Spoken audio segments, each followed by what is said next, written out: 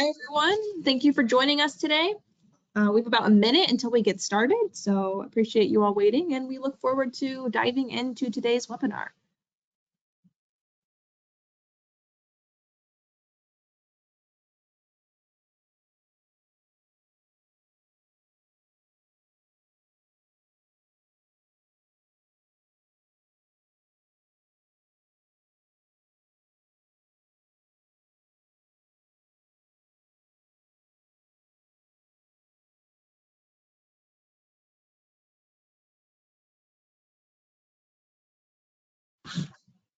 All right, so it is on the hour, so we're going to go ahead and begin.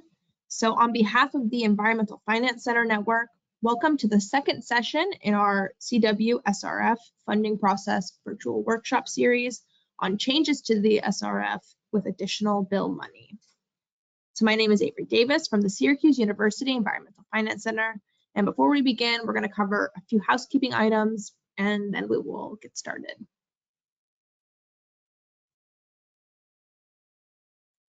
During the webinar today, everyone will be kept on mute to ensure audio quality. If you have a question, please type it into the GoToWebinar question dialog box anytime throughout the session. We'll be saving your questions for a facilitated Q&A session at the end of the presentation. After the webinar, you will all receive a follow-up email that includes a link to the recording and other information you may need. You can also download the slides from today in the Handouts tab in your GoToWebinar control panel. This webinar has not been submitted for pre-approval of continuing education credits. Eligible attendees will receive a certificate of attendance for their personal record. To receive a certificate for this session, you must attend for the entire webinar and register and attend individually using your real name and unique email address.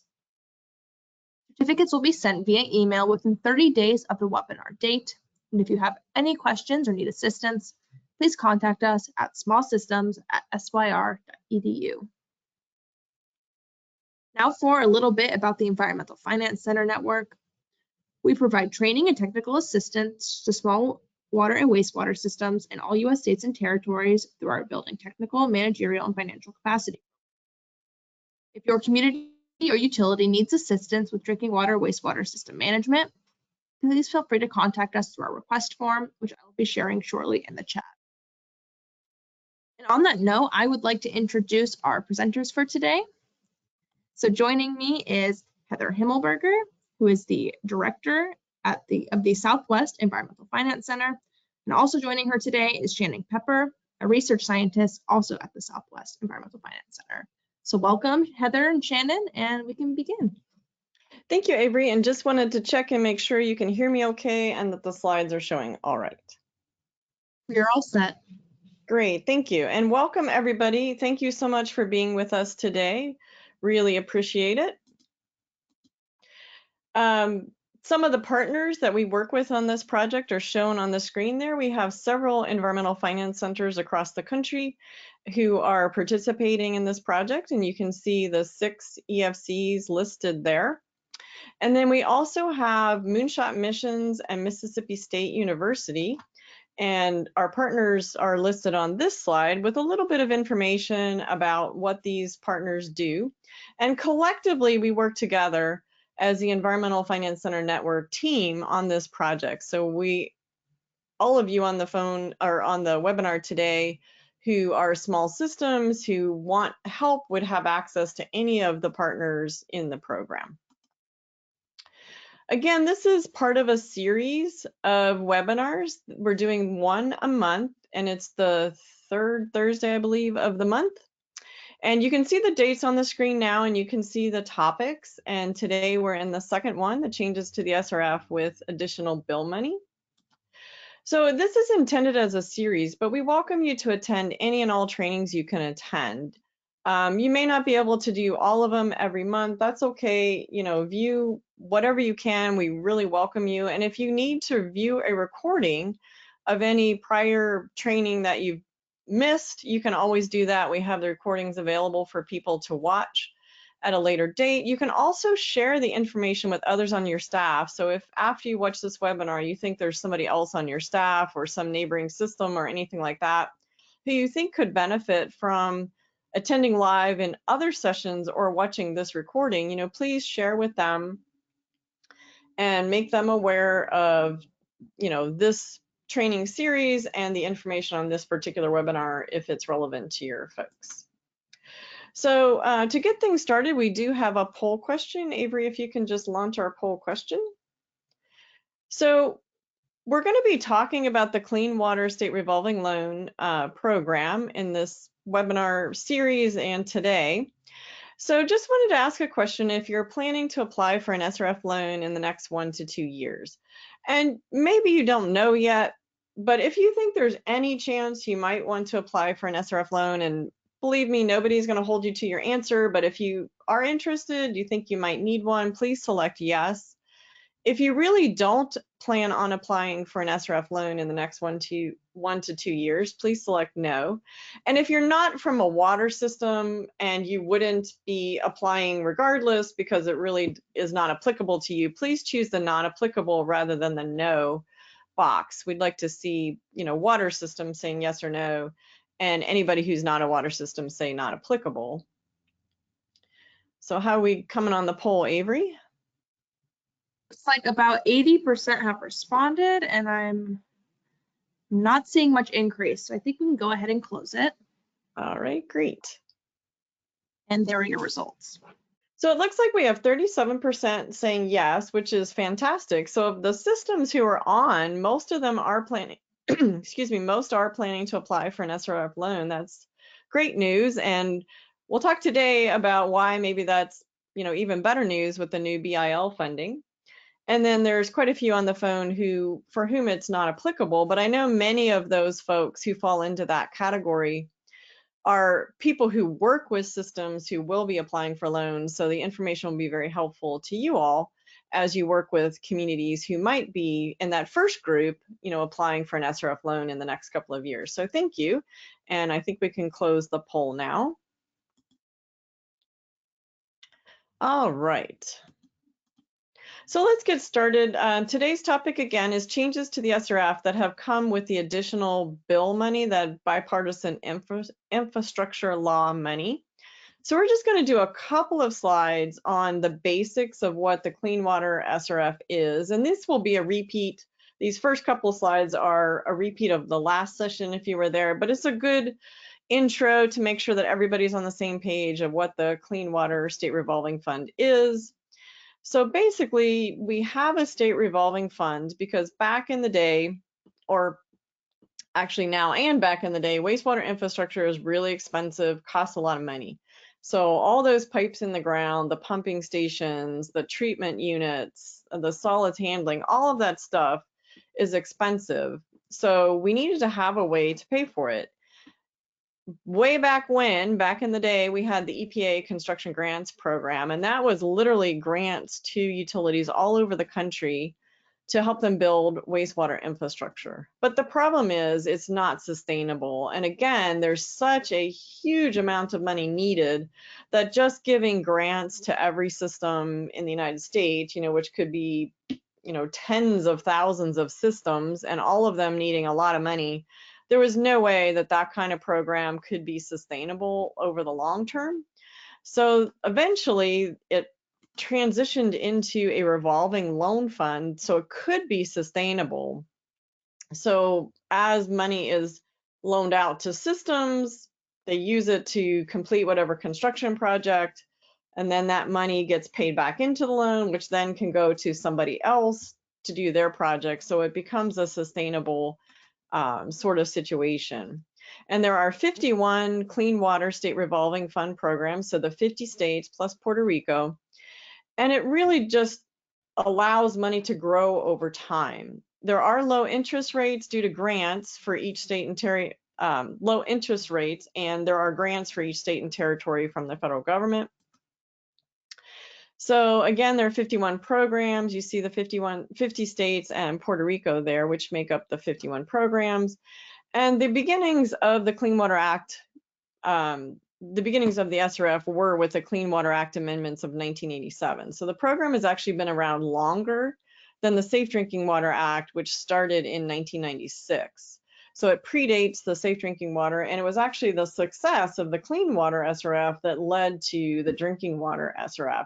And it does have quite a bit of money across the country that revolves and is available to address wastewater needs. Over the years, there have been various laws that modify the Clean Water State Revolving Fund. And you see 4 of them on screen: WRDA, WIN, AWIA. We're not going to talk about any of those laws and how they've affected the program. We're going to focus today on the Infrastructure Investment and Jobs Act, which most of us know affectionately as BIL, the Bipartisan Infrastructure Law. So in 2021, this law was signed and did have some significant changes to the State Revolving Fund. So we're going to focus the rest of today's webinar basically on those changes that have occurred to the Clean Water State Revolving Fund with this money. So this was signed into law November 15th, 2021, and it provided $50 billion in total investment in water and wastewater infrastructure projects through both the Drinking Water and Clean Water State Revolving Funds. So this was on top of money that was already intended to go to the Drinking Water and Clean Water SRF. So every year, Congress appropriates a certain amount of money to those funds, just generally. And so that's still going on. This didn't replace the funds that they were putting into the money they were putting into the funds. It added an additional $50 billion. So it greatly increased the amount of money available for water and wastewater infrastructure projects. For the clean water side of the house, there's 11.7 billion to distribute amongst each state and territory program. So there's 102, that should be 51 in total, including all 50 states and Puerto Rico. The 102 is both clean water and drinking water.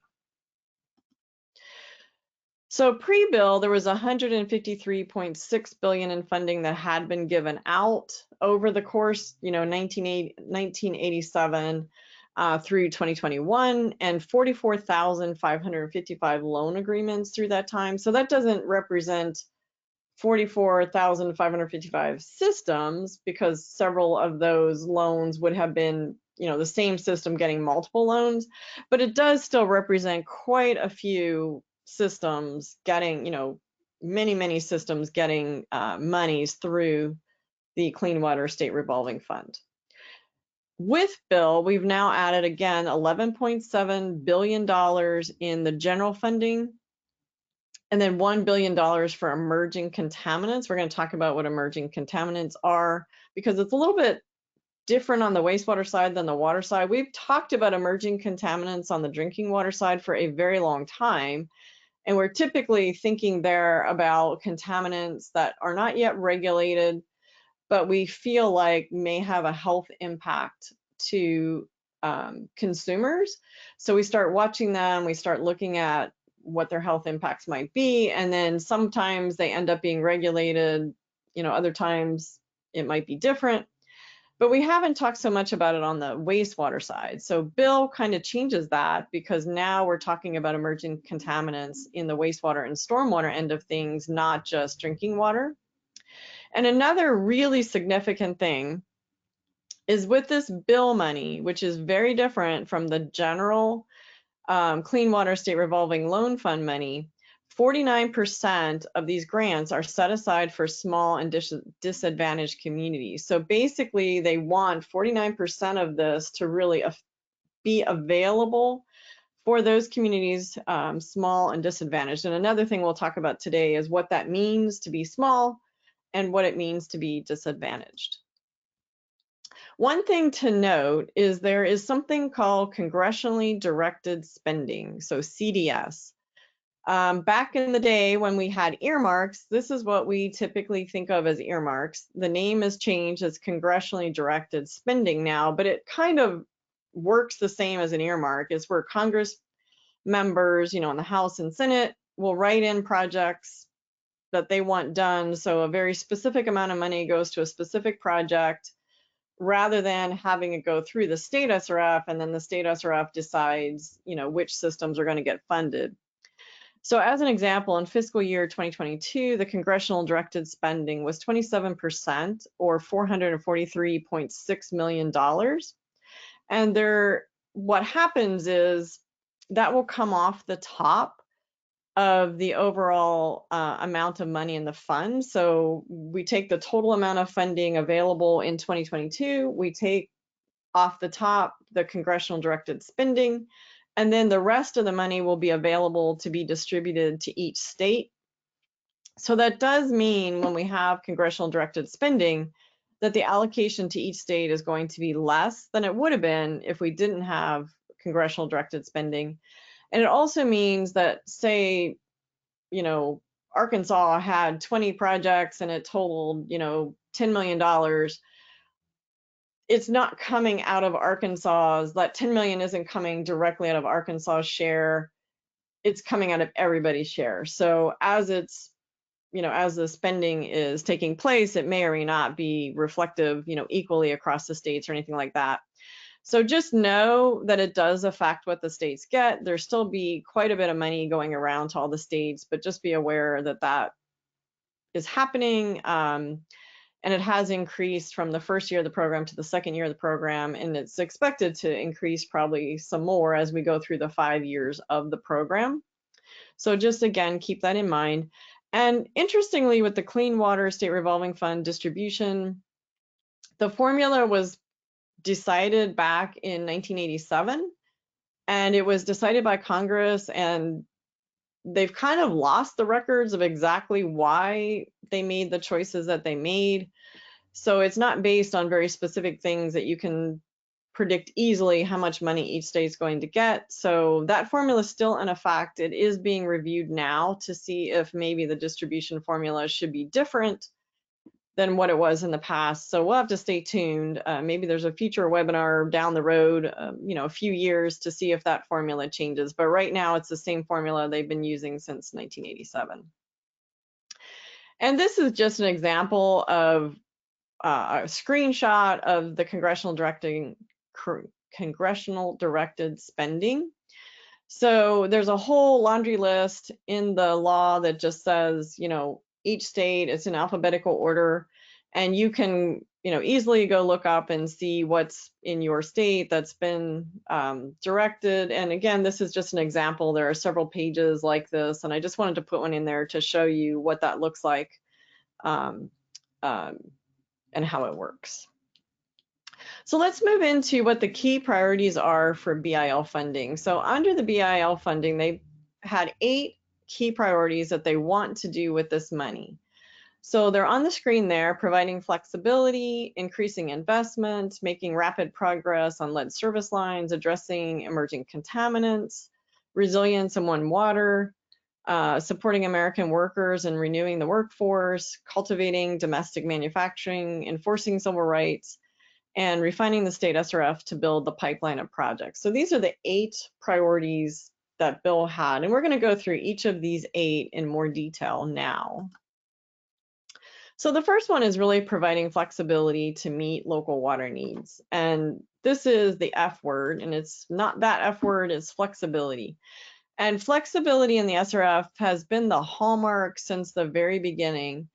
There was a recognition that one size does not fit all, and the water needs of Alabama are not the same as the water needs for North Dakota or Alaska or Hawaii or Nevada. Every state really has a different set of challenges, and they need the flexibility to address the challenges that are most important in their state. And they need the ability to use the funds in the way that will help the most systems. So there is lots and lots and lots of flexibility in the program. So they can do different sets of loans and refinancing and purchasing. They can have different loan terms, they can have different interest rates. So there's, again, lots and lots of flexibility in the program. Some other things they can do is target financial resources to specific community environmental needs. Like if there's a real specific problem in their state, they can really work hard to try to address that specific problem and have that be the highest priority. They can customize loan terms to really help small and disadvantaged communities. They can provide additional subsidies such as grants, principal forgiveness, or negative interest rate loans, again, to help those communities that are most in need. They can target green infrastructure, water and energy and efficiency improvements, other environmentally innovative projects through the Green Project Reserve. So if a state really wants to hit that side of things, they can do that. They can choose emerging contaminant projects according to how they define that. And states can design their own project priority ranking system. So as you're applying to the funds, there is a project priority ranking system. They get to decide what elements they want to encourage within that ranking system. So there are some things they have to do, but there's a lot of flexibility in the rest of it. So they can say things like, we really want to encourage regionalization, or we really want to encourage environmental energy efficiency improvements or green infrastructure, and they can use the point scale to try to affect that and show what the state priorities are. And as great as flexibility is, it is a double-edged sword. So it's important to know that while it does give states lots of options to design the program they want, it also means that all these programs are not going to be the same as each other. There's going to be differences between the states. So you may look at one state and say, wow, I really like what they're doing, but that does not mean your state is going to do that thing. So you have to understand that the flexibility does mean that you can't go to EPA and complain and say, well, you know, Maryland is doing this and I live in Pennsylvania and I want to do the same thing. EPA can't force a state to be like that, you know, to do the same thing. So what you could do is ask a state to consider doing what some other state is doing, you know, raise that issue and ask those questions, but they do have the flexibility to design the program how they would like. Another really, really big priority is increasing investment in disadvantaged communities. So again, 49% of the funds are meant to be provided as grants and forgivable loans to entities that meet the state's affordability criteria, benefiting individual ratepayer, benefiting individual ratepayers in residential user rate classes, or implement a process, material, technique, or technology that addresses water or energy efficiency goals, mitigates stormwater runoff, or encourages sustainable project planning, design, and construction. So there's very specific goals within this program to really try to get at environmental justice and disadvantaged communities and really help them out with this additional money. So this additional BIL money is where this applies, not the entirety of the SRF grant program, but the specific BIL monies that are being provided. For small and rural, what we're talking about here is wastewater systems. Oops, I'm sorry. Shannon, do you want to take over? I kind of went over my slides, so Shannon, sorry about that. No, that's great. Yeah, so as Heather was saying, small and rural systems. So we're talking about wastewater systems. This is the EPA's definition that treat up to 1 million gallons per day of wastewater, serve a population of less than 10,000 people, and may also serve operations including but not limited to hospitals, schools, and restaurants. So small and rural, I just want to point out here, is not necessarily the same as disadvantaged. And we can go to the next slide. So here we have a little poll question for you all. On this call, do you represent a small system? If you are representing a small system today, according to this definition that we had on the previous slide, please select yes. If you are here representing a system but not a small system, perhaps a medium or large system, please select that option. And if you are here not with a system, but with some other entity, perhaps a TA provider, some other organization, please select no, not with a system. And Avery, is the poll launched? looks like about 80% have voted. I'm going to leave it up for a few more seconds and we'll close it shortly. Okay, great. All right, I'm closing it in 3, 2, 1. And there are your results. Thanks, Avery. So it looks like a good portion of you are representing small systems today. Those of you that are representing systems, the majority are small systems, which is great to hear. Also glad to see some representation from medium and large systems. Great, so let's go ahead and move on to the next slide here. So now I want to talk a little bit more about what we're saying when we say disadvantaged. And this has a very particular meaning when we're talking about SRF, and particularly in clean water SRF. So based on the wording from the Clean Water Act and WRDA, which is the Water Resources, well, I don't remember what it stands for. I think it's Water Resources Redevelopment Act or something like that. Yeah, exactly. Thanks, Heather. So according to wording from WRDA, states are required to establish affordability criteria that will assist in identifying any kind of entity that would experience a significant hardship, raising the revenue necessary to finance a project or activity eligible for assistance if additional subsidization is not provided. So it's important to note here that affordability is the word that you're going to be looking for, particularly attached to clean water state revolving funds. And there are 3 main criteria that must be included in any state's affordability criteria.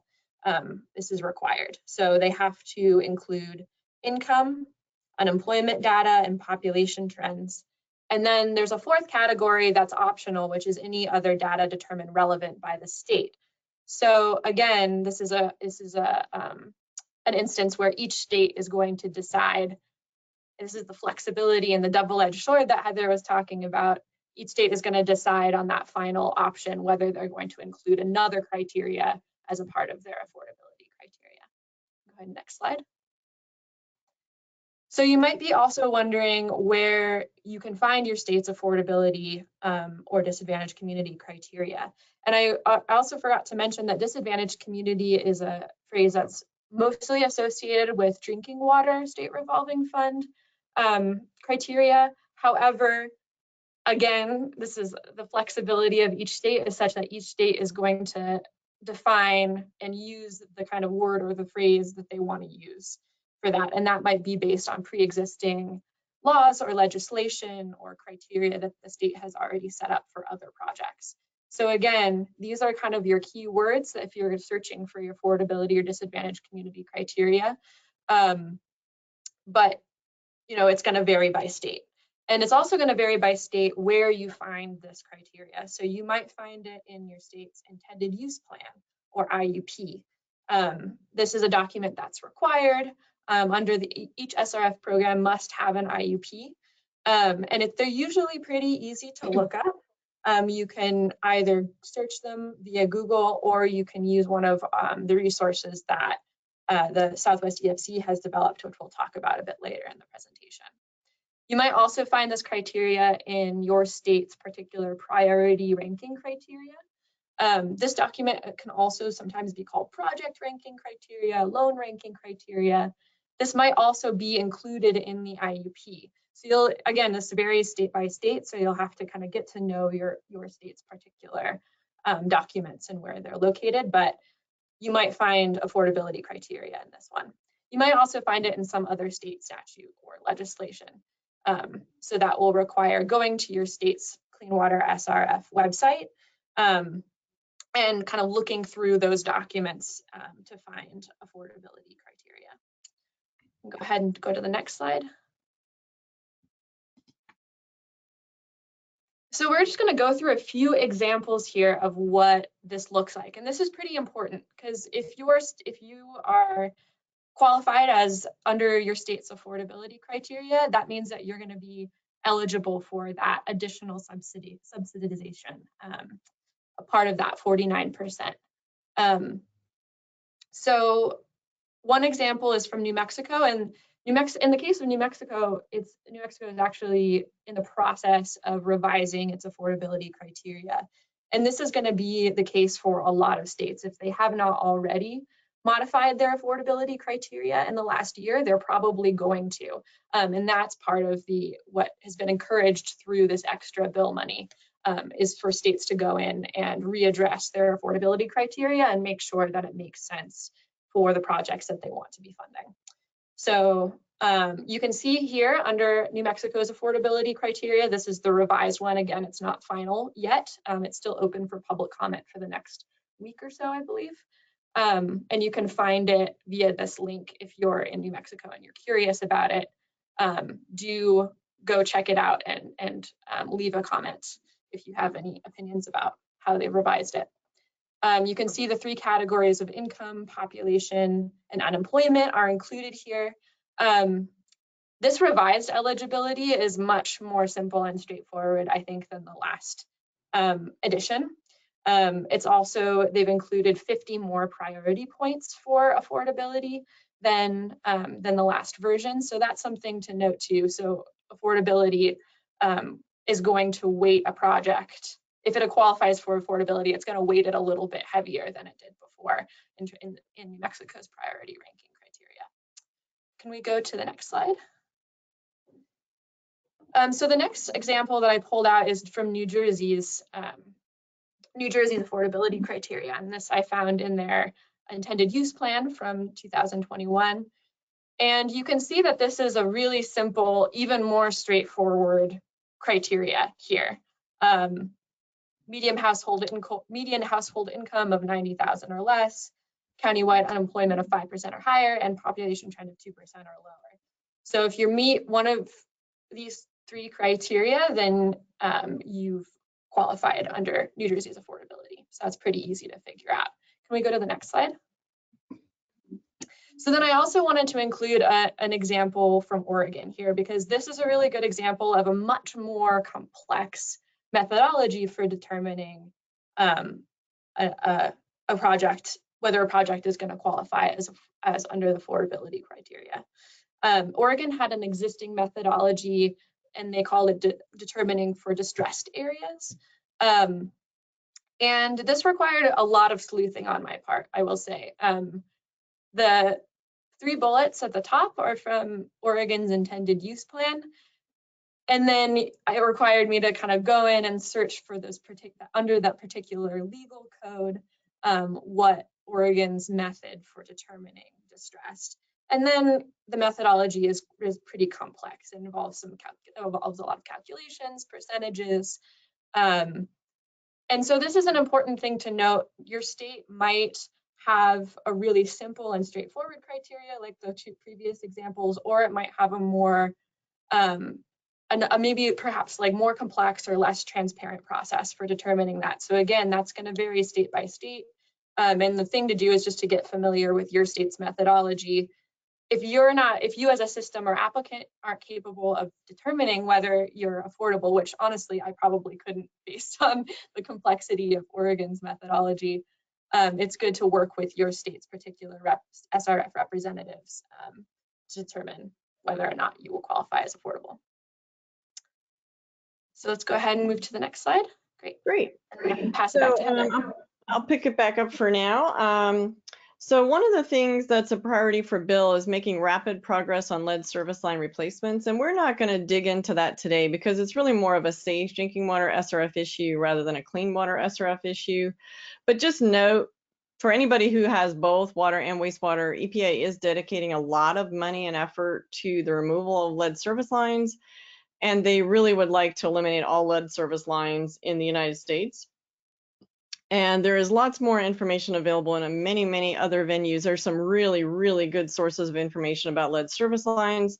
If you have any trouble finding any of that or accessing that, please reach out to us in the Get Help feature, and we are very happy to work with anybody to try to get you what you need in lead service lines. But that's all we're going to say about it here because it's really not a clean water issue. So we'll move on to addressing PFAS and emerging contaminants. And PFAS is like perfluoroalkyl something or other. I can't remember the full definition of PFAS. It's best to just know it as PFAS. That's what everybody calls it. But it's essentially an emerging contaminant. And the BIL Clean Water SRF really did include $1 billion to address emerging contaminants in wastewater, stormwater, and non-point source. So we'll talk a little bit about what an emerging contaminant is. I did specifically call out PFAS and any other persistent organic pollutant. So if there's some other pollutant out there besides PFAS, you know, that is covered. Biological contaminants and microorganisms, such as, you know, the resistant bacteria, those that are resistant to antibiotics and that sort of thing. Some compounds of pharmaceuticals and personal care products, especially those endocrine disruptors, and then cosmetics, veterinary medicines, those type of things were called out. Nanomaterials such as carbon nanotubes, and then microplastics and nanoplastics were also considered emerging contaminants. So what is not an emerging contaminant? So other than PFAS, contaminants with water quality criteria established under the Clean Water Act, Section 304, are not emerging contaminants. So basically things that you are already having to address in wastewater is not considered emerging. So we're looking at things that are not regulated now other than PFAS. So this includes nutrients. So if you're doing like tertiary treatment for nutrients or something like that, that is not considered an emerging contaminant. You won't fall under this part of the BIL. Now that doesn't mean you can't get money. It's just it won't be under this emerging contaminant portion. It would be under the regular BIL SRF portion. So what kinds of things can you do under the emerging contaminants? So you can see on the screen there, you know, you can install removal technologies to remove some of these contaminants if they're in your water. You can also do projects to trap or treat contaminants prior to them entering the stormwater. So things like capping or covering contaminants at an industrial site that would keep, you know, PFAS out of the stormwater or something like that. You can also have vacuum type systems that pick up microplastics. On the non-point source area, some examples of projects there can include landfill projects that reduce PFAS runoff or other emerging contaminants. You can work in contaminated sites like brownfields that would address emerging contaminants such as capping, in situ treatment, which means treatment on site, removal of in-ground or above-ground storage tanks, surface water protection and restoration. So things like equipment for the removal of harmful algal blooms, like aeration blowers or flocculant-based methods, or projects that skim microplastics from the surface of water bodies. So there's a lot of opportunities here if you are looking at doing something that's kind of ahead of being regulated. This emerging contaminant money is probably for you. You can do some planning and assessment, but only if there's a good chance that you will result in an actual construction project. And monitoring is generally not eligible, but if it's integral to the planning and design process, you can do some of that. There's also one of the priorities is supporting resilience and one water innovation. So resilience is really resilience to natural disasters and extreme weather events. So those resilience projects can be part of a larger water infrastructure project that maybe is not completely resilience-based, or it can just be a resilience project. So some examples of things you might do there to try to help you with resilience. Things that could prevent the interruption of collection system operations in the event of floods or natural disasters. Or assessment of water system vulnerability like energy audits, asset management plans, if those will help you result in a project. Preserving or protecting treatment works in the event of natural disasters, things like that. So things that you can do to make yourself more resilient. What states might do is use the priority point system to encourage resilience. So there may be extra points available if your project is a resilience-based project. They might provide additional subsidies for projects that include resiliency measures. And they might be able to use their administrative resources where they're getting some money that they can set aside for technical assistance services. It's like a 2% set aside that's possible.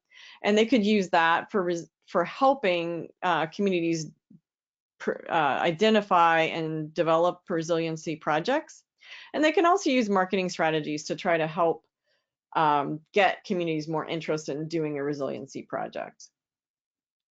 With the concept of One Water, this is really related to an idea that has been pushed by several organizations, including the U.S. Water Alliance. And I've taken this next slide and this slide and the next slide from the One Water roadmap that the U.S. Water Alliance put out, and you can read more about the concept of One Water there. So it's managing all water in an integrated, inclusive, and sustainable manner. And the principles of One Water include a mindset that all water has value and focus. So this is all water, water for drinking, wastewater, agriculture water, runoff water, all of that water managed to achieve benefits and benefits in economic, environmental, and social ways. A systems approach, so tackling water problems as a whole instead of a silo. Thinking on a watershed scale instead of very small scale. Designing right-sized solutions, so having solutions that match what is needed, so very small or very large. Partnerships for projects, so partnering with lots of agencies and organizations, because no one agency or organization has all the answers or all the resources. And then inclusion and engagement of all, so all the stakeholders that could be affected by water, you know, making sure that they're all engaged, and to have a real robust community involvement process are all principles of One Water. And BIL is trying to encourage, you know, some of this type of thinking with including this as one of their principles. Another one is supporting the American workers and renewing the water workforce.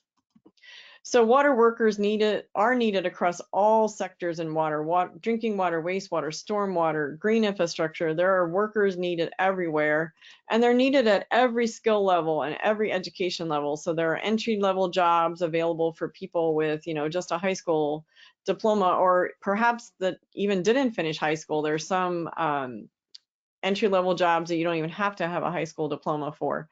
There are jobs that are highly technical, highly skilled, and everything in between. There's every single sector. So from the SRF side of things to the technical side of things, everything in between. So BIL funds will definitely add to this need. And EPA is doing a lot to try to support the workforce in other ways, you know, not specifically BIL, but they have some water workforce grants that are out there. They're going to have more of those. So they're really trying to help and work with the industry to, you know, come up and address these needs for the future workforce. And I'm going to turn it over to Shannon to talk about the next one, cultivate domestic manufacturing. Great. So the big new thing with the bill is Build America, Buy America, or BABA. And this is considered a federal requirement. It builds and expands on existing American iron and steel requirements, if you're familiar with that. Build America, Buy America has a bit wider reach, though, and is even bigger. So it requires not only iron and steel products to be sourced within the U.S., but it also requires construction materials to be American made. So that construction materials includes non-ferrous metals, plastic, and polymer-based products, or like PVC, glass, lumber, and drywall. It pretty much only spares cement and cementous materials, aggregates like stone, sand, or gravel, and aggregate binding agents. So this is, again, like I said, this is new, and it's new with BIL. It's new as of May of last year. It's administered by the Made in America office and applies to all federally funded projects. This is not just an SRF program. it is going to apply to all federally funded projects. And it's part of, it's considered an equivalency requirement. So it's the projects that apply under equivalency. Equivalency, just in case you're not familiar with that, just means that it is financed by this Clean Water SRF program with funds equivalent to the federal capitalization grant from that year for that state. And again, this is a program, it's not replacing American Iron and Steel, it's alongside American Iron and Steel. And we're going to go into more, if you have questions about that, we're going to go into federal requirements more at a later workshop coming up in November. I believe it is. We can go ahead and move to the next slide. So there are waivers available for BABA. They're the three kind of main waiver categories. This might also look familiar if you're familiar with American Iron and Steel requirements. Waivers are really similar. So the shorthand words for them are public interest, non-availability, and unreasonable cost. Can we hit the next on that, Avery? Great. So where public interest is basically where domestic preference would go against what the public wants. Non-availability refers to domestic materials not readily available in the US or of too poor quality for what your project needs. And then the third waiver is for unreasonable costs. So that's where using a BABA compliant domestic material would increase the cost of the project by at least 25%. And I also just want to mention, so BABA is covering iron and steel. It's covering those construction materials that I mentioned. And then it's also covering manufactured products. So manufactured products, the cost of them, if 55% or more of those components have to be American made. So that's one of those other requirements under BABA. So you can move to the next slide. Okay, great. So we're coming down the home stretch here. Another one is fully enforcing civil rights. So EPA intends to use its affirmative authorities, meaning that it will take action on its own under Title 6 of the Civil Rights Act. So this means they'd like to prioritize environmental justice, address disparate impacts in communities, like, for example, if all the impacts seem to be in environmental justice areas or the poor,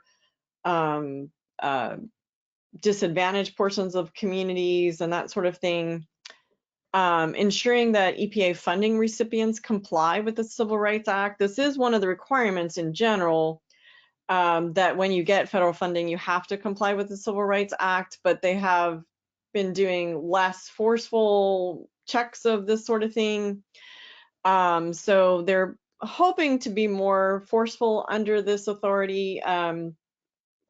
Remains to be seen exactly how this will all play out, but essentially EPA would really like to ensure that the Civil Rights Act is being used and that we're not continuing racial inequities and disparate impacts in communities. Also, in January of 2021, an executive order was signed. This is a whole of government executive order. It wasn't just EPA, but it was Executive Order 14008. And it announced Justice 40 as a program to kind of look at disadvantaged communities and disparate impacts, environmental justice, all those sort of things. And under Justice 40, and the reason it was called Justice 40 was that at least 40% of the benefits of federal programs flow to disadvantaged communities. There are some questions that remain as to what benefits mean. So we're still working through that. And Clean Water Act, SRF, was one of EPA's pilot programs for Justice 40. So again, this is where EPA will be trying to figure out what all of this means. Are they meeting that 40% benefits and all of that? So you'll see more about this, in the coming months and years about how EPA will be using the Clean Water SRF to work on Justice 40. So we also, the last and final key priority is refine state SRFs to build the pipeline of projects. So really trying to make sure that the money is going where it needs to go most, and that is actually being used, and that, you know, the Clean Water Act has options for small, rural, and disadvantaged communities. We've kind of talked a lot about this, but there's lots of ways that states can try to ensure that they're helping small and disadvantaged communities, and making sure the money is getting where it's needed, and having lots of things like additional subsidies, assistance to help you get through the process, and all of that. And additional subsidies can be, again, grants, principal forgiveness, and negative interest rate loans. The vast majority will be in the form of principal forgiveness, which just means like you take out a loan for, say, $500,000, and they'll forgive, say, $100,000, and then you pay back $400,000. So it's essentially just taking away part of that principal. So it works like a grant, but it's not actually a grant.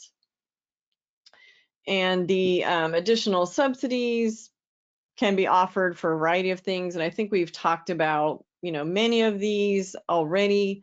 So there's, again, a lot of flexibility of how the states want to use their additional subsidies. And then we have technical assistance grants, which is available under this program. So they have more money available to kind of help, excuse me, to help systems get into the process, get them ready for a loan or grant, helping them get their capacity up, whatever it needs. And there is lots of flexibility. Again, we'll keep having this theme throughout all of these webinars. Each state gets to decide, you know, how they want to do this. So with that, I will turn it over to Shannon, who's going to bring us down the home stretch to talk about resources that we have available for systems.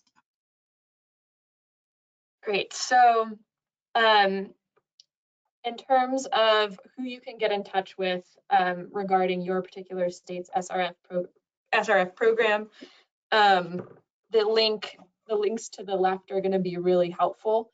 The top one is the EPA's list of CWSRF program contacts. Those are kept up to date.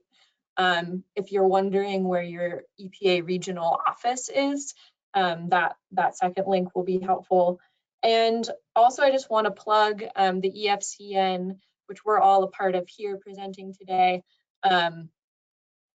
has a funding table resource. You can go to this map, you can click on your state, and you can pull up your state's particular funding table, which includes SRF and includes a lot of other funding options as well. Here's one example of New York State funding table. This is one page of the funding table too, I also want to note.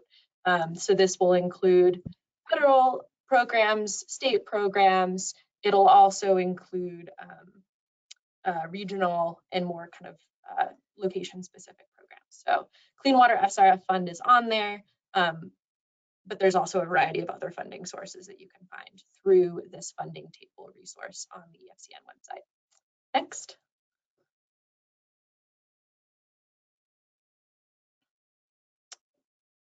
So the EPA's Clean Water SRF fact sheets, another great resource that's found at the link here.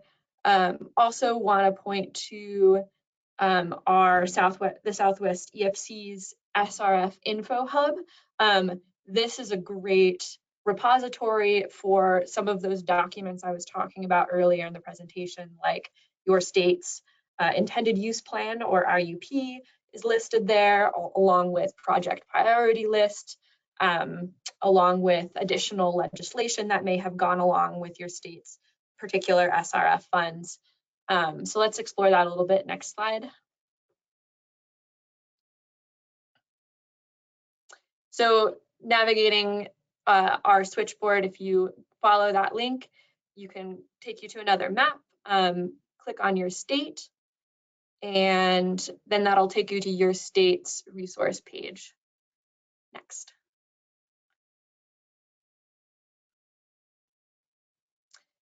Again, click on your state. It'll take you to your relevant documents. So projects that can be funded by the Clean Water SRF funds, EPA has a lot of good information about this in terms of projects and eligibilities under the Clean Water SRF. And the EPA's site on this is really useful for this more general large scale information about eligibilities. Next. And also the EFCs, including the Southwest EFC, who's presenting to you today, offers free technical and financial assistance throughout the process. We can help answer any questions that come up for you between these webinar sessions. We can also help assist with any questions that you have relating to your state's particular SRF, your application process, these kinds of things. So do reach out to us. Next.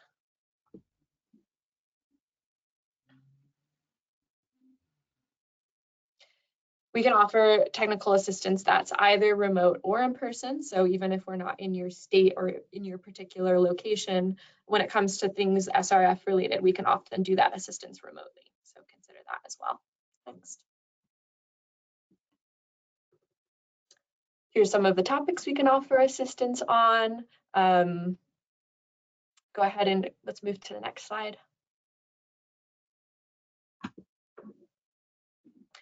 So to request technical assistance from us, you can go to the EFCN website, go to that top bar, click the Get Help button in the top right corner, and then there's just a short form that will have you fill out, and then somebody from one of the EFCs will reach out to you and put you in contact with whoever can help you with what you need.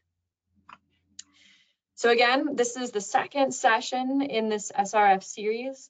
We're doing one webinar a month for the rest of the year, every third Thursday, same time, same place. Do note that the last one in December is on a Tuesday. And we're just going to take you step by step through this whole process. Next up, we're going to have a presentation on economics and affordability of low interest rate loans. And if you go to this series on the EFCN website, you will be able to click on previous recordings for these webinars. So if you missed one or you would like to re-access those slides, you can go back in and do that on our event website. And yeah, do remember to register for the next one. We're ready for any questions. We have a few minutes, and if we have lots of questions, we're going to be able to stay for a couple minutes late, but we have a time for a couple of questions. Dawn, if anything has come in the question box, and I'm going to go ahead and put up contact information for folks in case you want to contact us with any questions after the webinar. So I'll leave that up while we see if we have any questions for today. We do have quite a few that are very specific to, the what can be funded type of questions. So I think it might be more worthwhile to address the broader questions. If we don't get to your specific question, we will reach out to you via email, and that way we can address your very specific questions that way. So some of the broader questions that we've received is the definition for disadvantaged communities as it relates to Justice 40 a federal definition, or is it determined by each state individually? And that's each state individually. So again, this is where the states get flexibility to design their program the way they feel best meets the needs of disadvantaged communities in their state. So it's definitely a state as opposed to a federal definition. Another broader question, will the length of time to spend a grant or loan be changing? I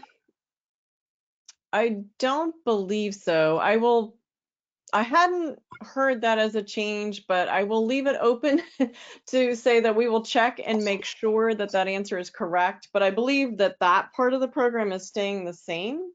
But they do have up to 30 years loans. That was a change that came before BIL. So in the past, like the loans were 20-year and then they got changed to 30-year under one of those other acts. So the loan terms are 30 years now. I will check and see if any other change to loan terms has occurred under BIL, but I believe most of those changes occurred before BIL. Okay, so there's I think a good question on the supporting American workers and workforce. The question is, does that mean there is funding available for salaries? And then a bit more explanation. Where I work is a tiny community, and getting qualified workers is about impossible because the village cannot compete with pay. So unfortunately, the money from the BIL funds cannot be used to pay directly any salaries for workers. So that's a drawback. However, because the BIL funds have a portion of grant or principal forgiveness, that may allow a system to have more money available because you're not having to pay back as much in loan, so that you could put that money towards salaries for workers. So while it may not directly go to workers, it may indirectly help you pay for your workers by allowing you to have more of a grant portion and less of a loan portion. Again, applying that funding to help you pay for your operators, because I know the salaries are having to increase, and that is tough. But unfortunately, the money itself cannot go to salaries.